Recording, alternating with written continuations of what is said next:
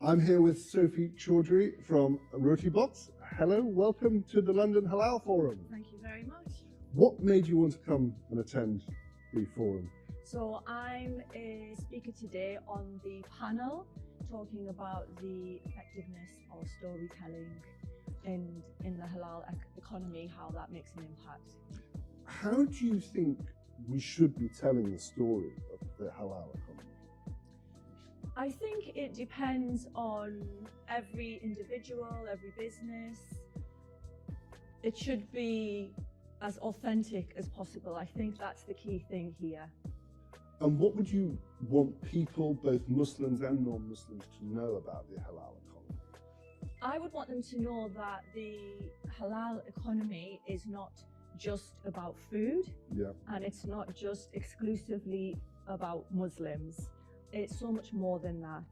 It's about values.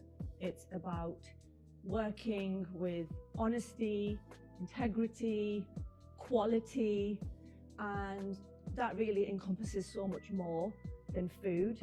And like I said, it is so much more broader than solely Muslims. And tell me about Rotibox. How did you set it up? How long has it been in existence? And what is it? So I've been running my Rotibox business for 5 years now, but the idea was actually born over 50 years ago, and it was born out of a problem. My mother came to the UK in 1976, and she was thrust into a household of 12 family members. Oh goodness. It was quite standard back then, and a lot of the household duties were her responsibility. And one of them was making roti for 12 people, morning, That's noon. a lot of rotis. Exactly, morning, noon and night. And I don't know if you've ever rolled a roti, I'm sure you have. I have, not very well, but yes, I have. It involves a lot of flour, dough, ultimately a lot of mess. And if you're doing that 3 times a day for 12 people, all eating at different times, you are constantly cleaning up mess only to make it again. So it was very frustrating for my mother, and she turned to my dad, who was a natural at DIY, and he crafted her a wooden box. And you can think of it as a roti making workstation. So she would make the roti in the box. When she was finished, the flour, the mess, all the utensils would stay inside. She would just simply shut it until it was time to make it again. So yeah, the origins of the story is, like I said, a long time ago, but I launched with my business in 2020 after working behind the scenes for 4 years, battling, I think, what most entrepreneurs do. Lots of failures, lots of starting again, lots of challenges. And yeah, eventually did that. Had to do a lot of personal development. I believe South Asians, especially female South Asians, were not always encouraged to, take a step into the world of being an entrepreneur. So there was a lot of work that had to be done there so that I was in the right mindset.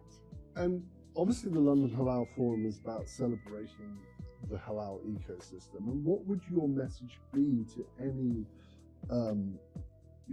entrepreneur from South Asian background or from any Muslim background who's thinking of perhaps setting up a business in the halal ecosystem? What would your message be? My message would be that you absolutely have to go for it, and we need more, halal businesses. For the next generation, I feel like when I was growing up, I didn't really see many people of colour or with my background, especially Muslims, especially females, doing what now there is, there's more of us doing it, but there's still not enough. And I feel like for the next generation, people have to basically take risks, be seen, and that's the only way we're going to grow. And just being here at the Halal Forum, have you been able to make any networks or connections with anybody? I've got that as one of the items on my agenda. I've got a new seed of a business idea. So I'm in the perfect place today to speak to the right people and hopefully get some connections. Great. And you're speaking later on storytelling. We're looking forward to that. And thank you very much for speaking to me today. Thank you.